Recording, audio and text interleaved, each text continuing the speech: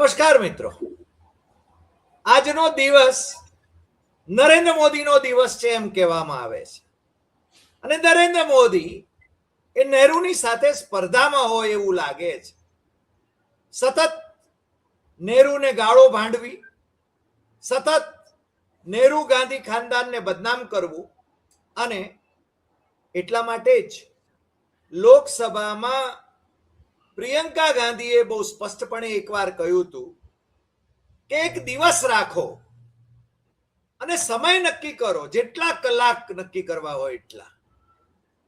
એ દિવસે નહેરુને જેટલી ગાળો ભાંડવી હોય એટલી તમે ભાંડી લ્યો, just far and no further. પછી છે ને તમે મોંઘવારીની વાતો કરો, બેરોજગારીની વાતો કરો, પછી દેશ સમક્ષની સમસ્યાઓની વાતો કરો, આ બધાના જવાબ આપો. પણ નરેન્દ્ર મોદીને અભરખા છે સેલિબ્રેશનના.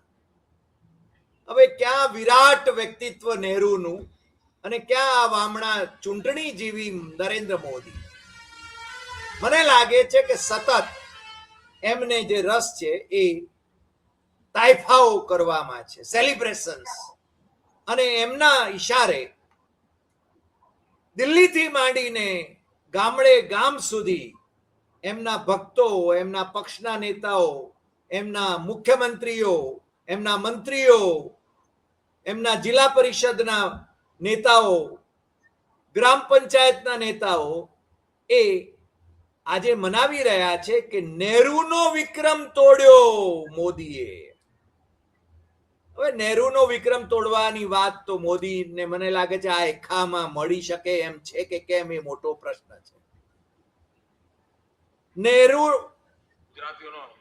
જ્યારે ગરીબ આપણો દેશ હતો, આઝાદ થયો હતો નવો, એ દિવસોમાં પણ નહેરુ અમેરિકા જાય ત્યારે અમેરિકાના 2 પ્રેસિડેન્ટ એમને વિમાન સુધી લેવા માટે આવતા હતા. અને નરેન્દ્ર મોદીને જે દાવા કરવામાં આવે છે ને એ બોગસ દાવા છે, આપણે જાણીએ છીએ, છતાં એમના દરેક કાર્યક્રમમાં એ વિશ્વના સૌથી લોકપ્રિય નેતા ગણાવવામાં આવે છે. આ એમને આપવામાં આવે છે, બધાને કહેવાનું આ ફરજ પાડવામાં આવે છે.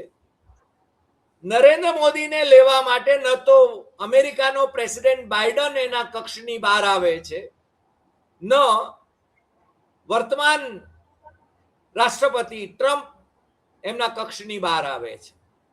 જુનિયર ઓફિસર નરેન્દ્ર મોદીને આવકારવા માટે દરવાજે ઊભા હોય છે. અને છતાંય ભક્તો એવી ભક્તિ કરે છે કે દુનિયામાં મોદીનો ડંકો વાગે છે. ઓપરેશન સિંદૂર વખતે આપણને બધાને એમ હતું કે મોદી આપણને પાકિસ્તાન ઓક્યુપાઈડ કાશ્મીર લઈ આપશે, અને આખો દેશ એમની સાથે હતો, વિરોધ પક્ષો બધા એમની સાથે હતા, આપણે બધા એમની સાથે હતા. પણ એકાએક ટ્રમ્પભાઈએ ચમત્કાર કર્યો. એમણે કહ્યું કે યુદ્ધ વિરામ, સંઘર્ષ વિરામ, અને નરેન્દ્ર મોદી પાણીમાં બેસી ગયા. આ ડંકો વાગ્યો.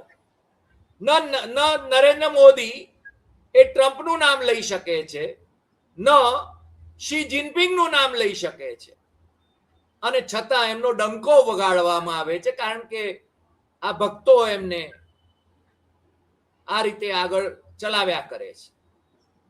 નહેરુની સ્પર્ધામાં એ હોય તો નહેરુ એ 1946માં જે હંગામી સરકાર બની, વચગાળાની સરકાર બની ઓક્ટોબરમાં, એમાં વાઇસરોય એ પ્રેસિડેન્ટ હતા અને નહેરુ વાઇસ પ્રેસિડેન્ટ હતા. એના પછી 15 ઓગસ્ટ 1947 કોન્સ્ટિટ્યુઅન્ટ એસેમ્બલીમાં નહેરુ ચૂંટાયેલા હતા. મોદી અત્યારે જે ગપ્પા મારે છે, અથવા તો એમના ભક્તોને જે ગપ્પા મારવા માટે પ્રેરે છે, એ ચૂંટાયેલા વડાપ્રધાન. અરે કોન્સ્ટિટ્યુઅન્ટ એસેમ્બલીમાં એ ચૂંટાયેલા હતા. રાજેન્દ્ર બાબુ ચૂંટાયેલા હતા. ડોક્ટર આંબેડકરને ચૂંટાવામાં મદદ કરેલી હતી. આ બધી જ બાબતો હવે તો લોકોએ જાણવાની જરૂર છે, અને છતાં ડંકો વગાડે છે. અને 15 ઓગસ્ટ 1947 થી ચૂંટાયેલા વડાપ્રધાન એ એનો વિક્રમ તો મોદીએ તોડવાનો છે. તોડી શકશે કે કેમ? કારણ કે મને લાગે છે કે મોદીને તો 12 વર્ષનું શાસન થયું. પંડિત જવાહરલાલ નહેરુ વડાપ્રધાન તરીકે, ચૂંટાયેલા વડાપ્રધાન તરીકે 16 વર્ષ કરતા પણ વધારે રહ્યા, અને છતાં આજે આખા દેશમાં અને વિદેશમાં જે એમના ભક્તો છે એમનો ડંકો વગાડે છે કે એમણે નહેરુનો વિક્રમ તોડ્યો. શું હાસ્યાસ્પદ વાત! લોકો હસે છે, પણ આજે આપણી સાથે વરિષ્ઠ તંત્રી અને બે ધડક સાચી વાત કહેનાર દિલીપભાઈ પટેલ જોડાયા છે. સીધું ને સટમાં ને સીધી ને સટ વાત એ કરવાના છે. દિલીપભાઈને અમે કહીએ છીએ કે નરેન્દ્ર મોદી મુખ્યમંત્રી હતા ત્યારથી માંડીને વડાપ્રધાન થયા ત્યાં સુધી એમણે ગુજરાતનું શું ભલું કર્યું, ગુજરાતને કેટલો ફાયદો કરી આપ્યો. નહેરુએ નહોતો કરી આપ્યો, કારણ કે નહેરુ પાસે એ વખતે નાણાં નહોતા, અને તૈયાર ભાણે બેઠા છે. એ તૈયાર ભાણે બેઠા એટલે લાખોનું બજેટ. નહેરુની વખતમાં તો હજારો કરોડનું જ બજેટ હતું. ખાવા માટે અનાજ પણ આપણા દેશની પ્રજા માટે નહોતું. ત્યારે નહેરુએ ભાખરા નાંગલ ડેમ અને બીજી બધી સંસ્થાઓ ઊભી કરી. એની શું સ્પર્ધા કરી શકે મોદી? આ તો નાના બાળકને પણ સમજાય એવી વાત છે. પણ દિલીપભાઈ, આપણે ગુજરાતની વાત કરીએ તો ગુજરાતમાં નરેન્દ્ર મોદીએ કેવો વિક્રમ સર્જો એની વાત આપના મુખે અમારે સાંભળવી છે, દર્શકોને સંભળાવવી છે. એટલે આપનું આજે સીધું ને સટમાં સ્વાગત છે. મેં જરા પાર્શ્વભૂ થોડીક લાંબી કરી, કારણ કે નહેરુની સાથે મોદીની તુલના હોઈ જ ન શકે. નહેરુએ તો સંખ્યાબંધ પુસ્તકો લખ્યા. નહેરુને ટેલિપ્રોમ્પ્ટર જોઈને બોલવાનું નહોતું. અહીંયા તો ટેલિપ્રોમ્પ્ટર બગડી જાય તો ભાઈ બોલી નથી શકતા. ચૂંટણી સભાઓમાં પણ એમની પરિસ્થિતિ ટેલિપ્રોમ્પ્ટર જોઈને બોલવાની છે. વિદેશોમાં પણ મને લાગે છે વર્લ્ડ ઇકોનોમિક ફોરમમાં પણ એમનું ટેલિપ્રોમ્પ્ટર જો બગડી જાય, અથવા તો યુનાઇટેડ નેશન્સમાં ટેલિપ્રોમ્પ્ટર બગડી જાય તો ભાઈ બોલી શકે એવી સ્થિતિમાં નથી. અંગ્રેજી આવડતું નથી એટલે ખાખાખીખી કરે છે. ન આવડતું હોય તો હિન્દીમાં બોલે, કારણ કે દુનિયાભરમાં હિન્દીનું પણ એટલું જ ચલણ છે. અને ફ્રાન્સમાં ગયા ભાઈ ત્યારે પેલી એન્કર હિન્દીમાં વાત કરતી હતી અને ભાઈ સાહેબ અંગ્રેજીમાં ફાડતા હતા. અમે લોકો ઝેવિયર્સ વાળાઓ હંમેશા અંગ્રેજીમાં ફાળવાની વાત કરીએ, ખભા ઉલાડ સંસ્કૃતિ કહીએ, પહોળા ઉચ્ચારો અંગ્રેજીમાં કરવાની વાત. પણ જ્યાં હિન્દીનું ચલણ, જે એન્કર પોતે હિન્દીમાં બોલે છે, પાછા ભાઈશ્રી અંગ્રેજીમાં બોલે છે ને એમને અંગ્રેજી આવડતું નથી, પેલી એન્કર કહે છે કે સર मैं नहीं समझ पाई, जरा आप स्पष्ट करेंगे. એટલે આ પનોતા પુત્ર ગુજરાતના, એમણે ગુજરાતનું શું કેવું કલ્યાણ કર્યું છે એની વાત દિલીપભાઈ આજે આપણા દર્શકોની સાથે કરવાના છે. મેં જે ભૂમિકા માંડી એ રાષ્ટ્રીય સ્તરની ભૂમિકા હતી, અને દિલીપભાઈ આજે આ ઉત્સવ જે છે, નરેન્દ્રભાઈને 12 વર્ષ પૂરા થયા શાસનના, એને માટે આપણે અભિનંદન જરૂર આપીએ. 1 વર્ષ પૂરું થાય તો પણ અભિનંદન આપીએ, પરંતુ નહેરુનો વિક્રમ તોડ્યો એની જ્યારે વાત કરે ત્યારે આપણને સ્વાભાવિક રીતે હસવું આવે છે. દિલીપભાઈ, વાત તો સાચી છે તમારી હરિભાઈ, કે 12 વર્ષ પૂરા કર્યા છે તો અભિનંદનને તો પાત્ર છે. કારણ કે કોઈ એક વડાપ્રધાને સળંગ 12 વર્ષ પૂરા કરવા એ બહુ નાની ઘટના તો નથી, જેમાં કોઈ સવાલ નથી. પણ એ 12 વર્ષ કેમ પૂરા કર્યા એની થોડી આપણે ચર્ચા મારા ખ્યાલથી કરવી જોઈએ. એ જ્યારે ગુજરાત વિધાનસભામાં એમને વિદાય આપવા માટે જે આખી જે સભા, છેલ્લી એમની બેઠક હતી વિધાનસભાની, ત્યારે શંકરસિંહ વાઘેલા વિરોધ પક્ષના નેતા હતા અને વજુભાઈ વાળા અધ્યક્ષ હતા, વિધાનસભાના ગૃહના હાઉસના અધ્યક્ષ હતા. ત્યારે એમણે જે વાત કરી નરેન્દ્ર મોદીએ, એ થોડું તમને બતાવું કે જેથી કરીને એમાં ખ્યાલ આવશે કે વિડીયો આઈ થિંક ગુજરાતી તરીકે ગુજરાતીઓનો ચલાવવું પડશે, ફરીને ચલાવવું પડશે. દિલીપભાઈ ફરીને ચલાવવું પડશે, જરા ક્લિક કરવું પડશે. દિલીપભાઈ, દેશની જવાબદારી આવે ત્યારે ક્યારેક એવું પણ થાય, કારણ ઘણા લોકોના મનમાં એમ છે કે જો ગાંધીજીએ ધાર્યું હોત તો સરદાર સાહેબ પ્રધાનમંત્રી બની શકે. એવું ઘણાના મનમાં છે. મારી પાસે ઐતિહાસિક કોઈ રેકોર્ડ નથી, પણ એવું લોકો બોલતા હોય છે. કદાચ ગાંધીજીને એવું પણ લાગ્યું હોય કે ભાઈ પાછું એવું ના થાય ગુજરાતીનું કરે. આ દુવિધા હંમેશા રહેતી હોય છે. પણ મારો પ્રયાસ એટલો જરૂર રહેવો જોઈએ કે ભાઈ ગુજરાતી છું એટલે અન્યાય થોડો કરાય. તો આ જે વાત કરી એમણે હરિભાઈ, વિધાનસભામાં વાત કરી, વિધાનસભાના ઓન રેકોર્ડ પર છે અને વિડીયો પણ છે, અવેલેબલ છે, અને એ સમયના કેટલાક વિડીયો મારી પાસે જે પડેલા છે એમાંનો આ એક પીસ છે. તો આમાં એક તો પહેલું જૂઠાણું એવું ચલાવે છે કે ભાઈ ગાંધીજીએ સરદાર પટેલને અન્યાય કર્યો હતો, એવું પાછું એમ કે લોકમુખે ચર્ચાય છે. અરે વિધાનસભામાં તમે બોલી રહ્યા છો, વડાપ્રધાન તરીકે શપથ લેવા માટે જઈ રહ્યા છો, અહીંયા 12 વર્ષનું શાસન કરીને. તો મોદી સાહેબ જે છે ને એ સારા કામ કરેલા છે, નથી કર્યા એવું નથી, પણ જૂઠાણાઓ બહુ ફેલાયા છે. જૂઠું વાતમાં જૂઠું બોલે છે, અનેક પ્રકારના જૂઠા બોલે છે. પણ એમનું જે મુખ્ય કામ છે, લોકોનું કામ થાય કે ન થાય, પણ એમનું પોતાનું જે મુખ્ય કામ એ છે કે દરેક યોજના ગુજરાત સરકારમાં જ્યાં સુધી હતા દરેક યોજનાને એમણે રાજકીય રીતે જ જોઈ છે કે આ યોજના લાગુ કરવાથી મને રાજકીય રીતે, ભાજપને રાજકીય રીતે શું ફાયદો થશે, આ જ વિચારણા કરી છે. બીજું કશું જ નથી કર્યું. આપણે એનું શ્રેષ્ઠ ઉદાહરણ આપણે કલ્પસર આપી શકીએ છીએ. કલ્પસરનો ફાયદો લેવા માટે એમણે વારંવાર એના ઉદ્ઘાટનો કરેલા છે, વારંવાર જાહેરાત કરેલી છે. હમણાં જ પણ એ કલ્પસરની જ જાહેરાતો કરી. તો યોજના તો બની નહીં 12 વર્ષમાં, માત્ર રાજકીય ફાયદો ઉઠાવે છે. જ્યારે ચૂંટણી આવે ત્યારે કલ્પસર યાદ આવે અને એ કલ્પસરના નામે મત લઈ જાય, સૌરાષ્ટ્રના લોકોના મત લઈ જાય. કારણ કે એમાં જે ફાયદો સૌથી વધારે થવાનો છે એ સૌરાષ્ટ્રના 8 જિલ્લાઓને થવાનો છે અને એનો ફાયદો આ કલ્પસર દ્વારા લે છે. તો યોજનાઓના જે લાભ લેવા, નર્મદા યોજના, આપણે કહી શકીએ નર્મદા યોજનાનો એટલો બધો રાજકીય ફાયદો લીધો છે ભારતીય જનતા પાર્ટીએ, નરેન્દ્ર મોદીએ અને એની પહેલાની અને એના પછીની સરકારોએ, કે એમાં રાજકારણ સિવાય કશું જ નથી કર્યું. અત્યારે આપણે જોઈએ છીએ કે પીવાના પાણી માટે શ્રેષ્ઠ યોજના છે, એમાં કોઈ સવાલ નથી. બીજું, ઉદ્યોગોને પાણી આપવા માટેની પણ જે વ્યવસ્થા કરી છે, ભલે ઉદ્યોગોના ફાયદામાં કરી, પણ કરી એમણે. પણ જે મુખ્ય હેતુ હતો કે એનાથી સિંચાઈ થવી જોઈએ, સિંચાઈ બિલકુલ અત્યારે જે 18 લાખ હેક્ટરમાં સિંચાઈ થવી જોઈએ નથી થતી. 5 લાખ હેક્ટરમાં પણ માત્ર એમાં સિંચાઈ થતી હોવી જોઈએ. કારણ કે સરકારે તો કોરોના પછી તો સિંચાઈના આંકડાઓ, નર્મદા યોજનાના આંકડાઓ જાહેર કરવાનું બંધ કરી દીધું છે. કેટલી સિંચાઈ યોજના, એમાં સિંચાઈ વાસ્તવમાં થઈ રહી છે, ખેતરો સુધી કઈ રીતે પહોંચી રહી, એના એક પણ આંકડાઓ જાહેર કરવામાં આવતા નથી. એની જે મંડળીઓ જે બનાવેલી છે, સિંચાઈ મંડળીઓ, તો એમણે કેટલા પૈસા ભર્યા, કેટલી મંડળીઓ માંગણી કરી, એના ડેટાઓ છુપાવવામાં આવી રહ્યા છે.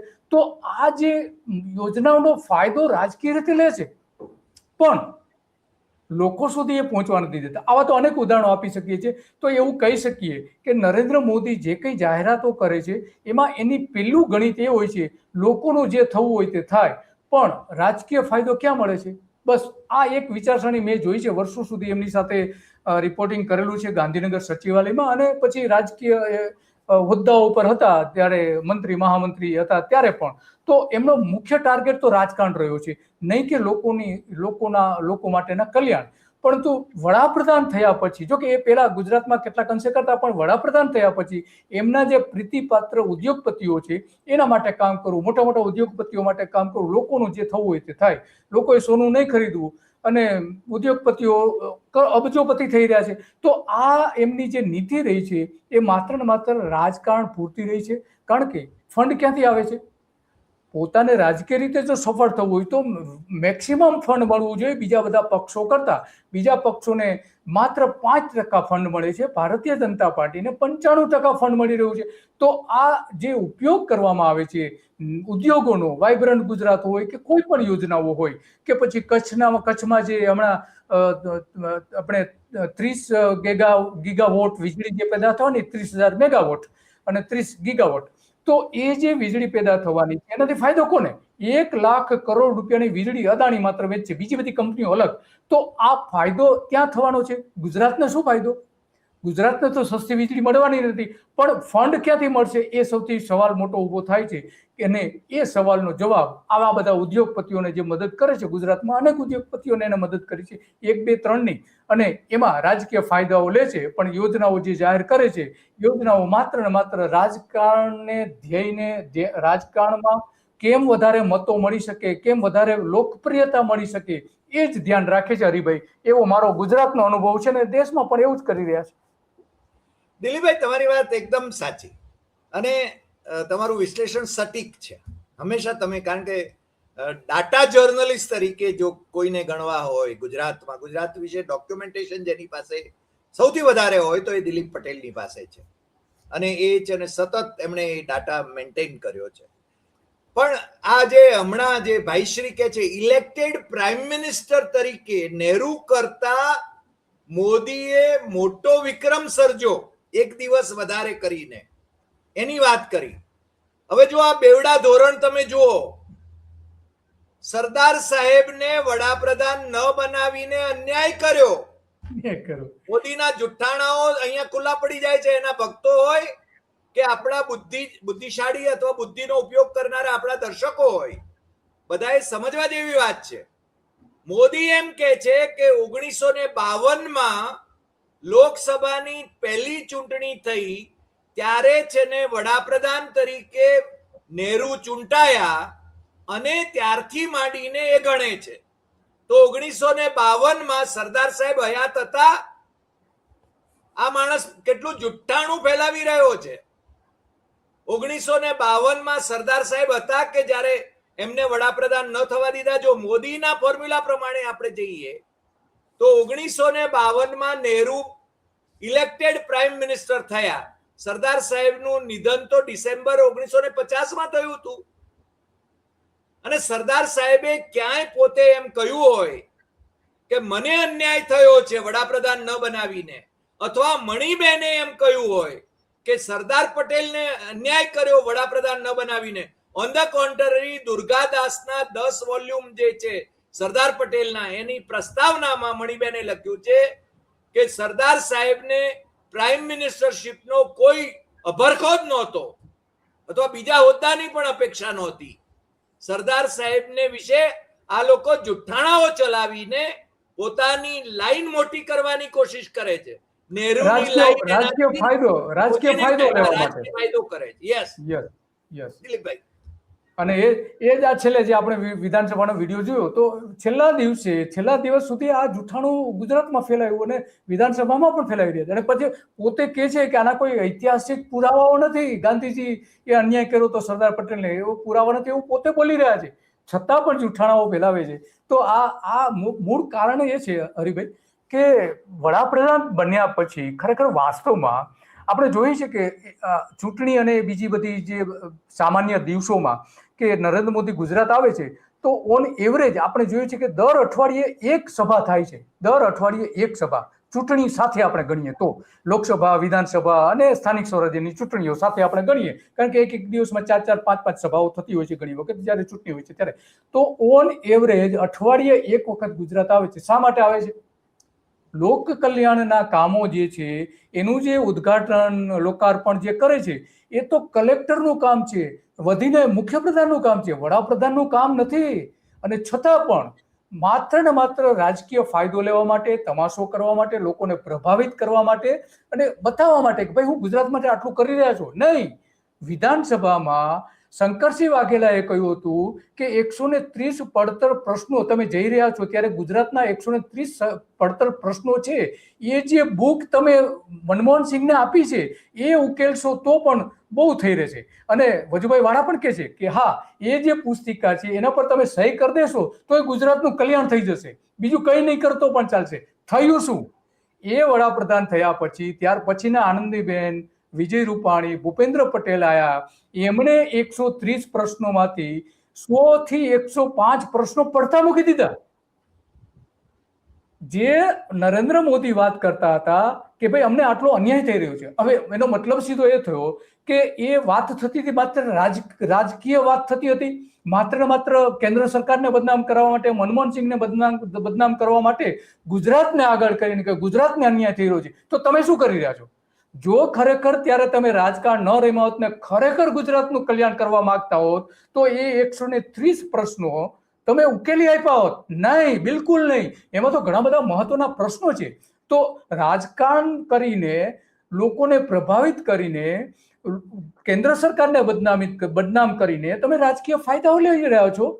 અને આ જે સભાઓ કરી રહ્યા છો, હમણાં છેલ્લે સુરતમાં સભાઓ કરી, તો એ આ જે સભાઓ પાછળનો જે જંગી ખર્ચાઓ થાય છે, વડાપ્રધાન માટે આટલો બધો સમય કઈ રીતે આવી શકે?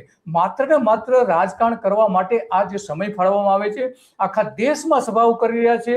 આ વડાપ્રધાનનું કામ નથી. માનો કે ઉદઘાટન તમારે બહુ મહત્વની યોજના હોય, ઉદઘાટન તમારે કરવાનું હોય અથવા તો લોકાર્પણ કરવાનું હોય તો રાષ્ટ્રપતિ છે, રાષ્ટ્રપતિ પાસે માત્ર ને માત્ર સમય બીજું કશું જ નથી. એમને કામ છે, એમનું કામ છે. અને રાષ્ટ્રપતિનું મહત્વનું કામ મારી દ્રષ્ટિએ એટલા માટે છે કે એમણે વડાપ્રધાનનો સમય બચાવવાનો છે, ને સમય બચાવવા માટે શું કરવું? તો આવી રાષ્ટ્રને માટે મહત્વની યોજનાઓ હોય તો એના ઉદઘાટન રાષ્ટ્રપતિએ કરવા. આ મારી સામાન્ય સમજ છે. અને એના કારણે વડાપ્રધાને જે કામ કરવાના છે એમાં સમય મળી શકે, પરંતુ નહીં, વડાપ્રધાન પોતે રાજ્યમાં જશે અને રાજ્ય સરકારે કરેલા કામોનું ઉદઘાટન એ કરશે. જે કામ કલેક્ટર ને મુખ્યપ્રધાન મંત્રીઓનું જે છે એ કામ વડાપ્રધાન કરી રહ્યા છે. શા માટે? તો આ જે ફાયદાઓ લેવાની વાત છે હરિભાઈ, મારી દ્રષ્ટિએ આ ખોટી વાત છે. અને દેશનો જે સમય સૌથી વડાપ્રધાન માટેનો સૌથી કિંમતી સમય હોય છે એ આ રાજકીય કાવતરાઓ, રાજકીય પ્રતિભા પોતાની ઊભી કરવા માટે અને ભાજપને રાજકીય ફાયદો ઉઠાવવા માટે આવી સભાઓ કરી રહ્યા છે. બીજું એને પાછળનું કોઈ જ કારણ નથી. જી દિલીપભાઈ, હું જ્યારે સમકાલીન ઇન્ડિયન એક્સપ્રેસ ગ્રુપનું દૈનિક મુંબઈનું એનો એડિટર હતો ત્યારે નરેન્દ્ર મોદી એ જ્યારે એમને ફોન કરીએ ત્યારે છેલ્લું એનું એક વાક્ય હોય, અરે હરી, ગુજરાતના ચાણક્ય નરેન્દ્ર મોદી એ જરૂર લખજે. તમે સમજ્યા? જે અત્યારે અમિત શાહ કરાવવા આવે. હવે ચાણક્યમાંથી એ ચંદ્રગુપ્ત થઈ ગયા. અને મોદી એટલા બધા લોકપ્રિય હોય તો પછી એમણે છે ને કોંગ્રેસમાંથી આટલા મોટા પ્રમાણમાં ધારાસભ્યોને ભારતીય જનતા પાર્ટીમાં જોડીને એમને મિનિસ્ટર કેમ બનાવવા પડે છે? અહીંયા ગુજરાતની આપણે વાત કરીએ તો રાષ્ટ્રીય કક્ષાએ પણ એમણે ઓપરેશન લોટસ બધે જ ચલાવ્યા છે. અરે સાદા સીધા વિપક્ષો બધા પાર્ટીઓને તોડી નાખવાના ધંધા કર્યા છે. એટલે નહેરુએ તો ઉપરથી જે વિપક્ષમાં હોય એને મદદ કરી છે, એમની સામે લડનારા માણસોને પણ મદદ કરી છે એમણે. મિનિસ્ટ્રીમાં પણ વિરોધ પક્ષના સભ્યોને લીધા હતા એમણે તો. યસ, 5 એવા સભ્યો હતા પહેલી મિનિસ્ટ્રીમાં કે જે કોંગ્રેસમાં હતા જ નહીં, જેની અંદર આમના આરાધ્ય પુરુષ ડોક્ટર શ્યામા પ્રસાદ મુખર્જી એ પણ હતા, ડોક્ટર બાબા સાહેબ આંબેડકર પણ હતા, બીજા 3 જણા એવા હતા કે જે કોંગ્રેસના સભ્યો નહોતા. કારણ કે બાપુએ એમ કહ્યું હતું કે આપણે છે ને આઝાદ થયા છીએ એટલે આપણે છે ને રાષ્ટ્રીય સરકાર બનાવીએ. અને આમણે તો ભારતીય જનતા પાર્ટીની જ સરકાર બનાવવી છે, અથવા તો ભારતીય જનતા પાર્ટીના 2 સભ્યો હોય તો પણ જે તે રાજ્યની અંદર એનડીએની સરકાર કેવડાય એને માટે એમણે જે કર્યું છે એ આપણે કોઈ ભ્રષ્ટાચારી નેતાઓના સમર્થનમાં નથી. ભ્રષ્ટાચારીઓ જે છે એ લોકોની સામે પ્રોસિક્યુશન થવા જોઈએ. પણ તમે ચાલુ ચૂંટણીએ એન્ફોર્સમેન્ટ ડિરેક્ટરેટ, ઇન્કમ ટેક્સ, એની બધાની રેડ ચલાવો.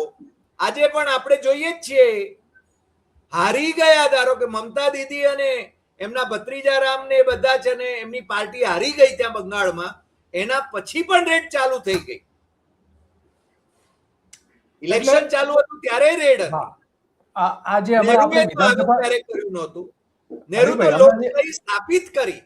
હમણાં જે આપણે વિધાનસભાનો જે ભાગ સાંભળ્યો તો એનું જે નરેન્દ્ર મોદીનું છેલ્લું જે ભાષણ હતું વિધાનસભામાં, એમણે આ જે તમે જે વાત કરી રહ્યા છો ને કે કોઈ પણ સરકાર ત્યારે જ સફળ થાય છે કે જ્યાં એની જે ઇન્સ્ટિટ્યૂટ છે, એટલે કે આ CBI છે, પોલીસ છે, લોકાયુક્ત છે, હાઈકોર્ટ છે, આ બધી જે ઇન્સ્ટિટ્યૂટ જે છે, બીજી ઘણી બધી આવી, તો એ જો સ્વતંત્ર રીતે કામ કરી શકે ને પોતે એનું પ્રભુત્વ વધે એ માટેની એમણે બધી વાતો કરી હતી.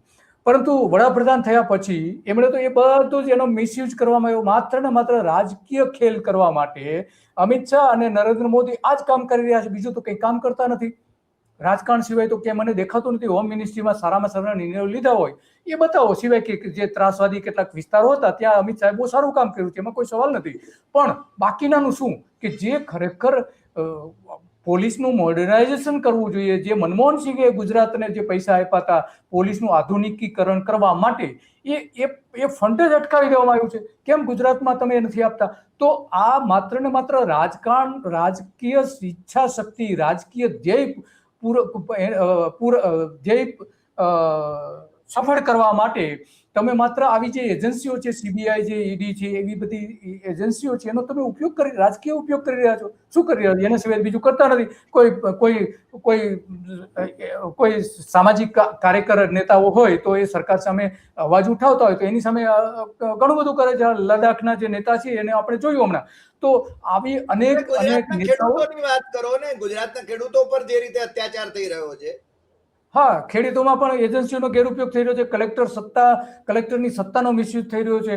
આ જે માત્ર અદાણી જો 30 ગીગાવોટ વીજળી પેદા કરવાની છે, 30 ગીગાવોટ એટલે કે અત્યારે ગુજરાતમાં જે વીજળી પેદા થઈ રહી છે લગભગ 30 ગીગાવોટની આસપાસ છે. એટલી જ અદાણી માત્ર આ ખાવડામાંથી પેદા કરવાની, બીજા બધા વિસ્તારોમાંથી અલગ.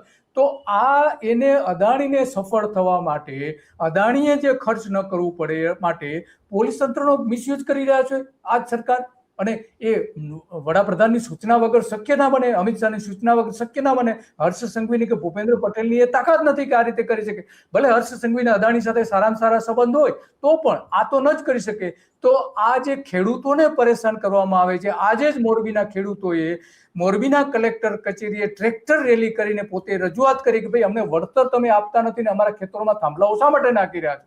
તો આવી તો 3 લાઈનો અત્યારે નંખાઈ રહી છે કે જે ઉત્તર ગુજરાતથી લઈને મધ્ય ગુજરાતથી લઈને સૌરાષ્ટ્ર સુધીના અનેક વિસ્તારોને, કચ્છમાં તો સૌથી વધારે અસર થવાની છે, બાકીના જે વિસ્તારો છે ત્યાં પણ એ લાઈનો નખાઈ રહી છે. અને એના ખેડૂતોને પારાવાર પરેશાન કરવામાં આવી રહ્યા છે. અને જમીનો ઉપર ગેરકાયદેસર રીતે એ પણ અંગ્રેજોએ બનાવેલા કાયદા, ટેલિગ્રાફ કાયદો જે છે એ નરેન્દ્ર મોદી સરકારે રદ કરી દીધો છે.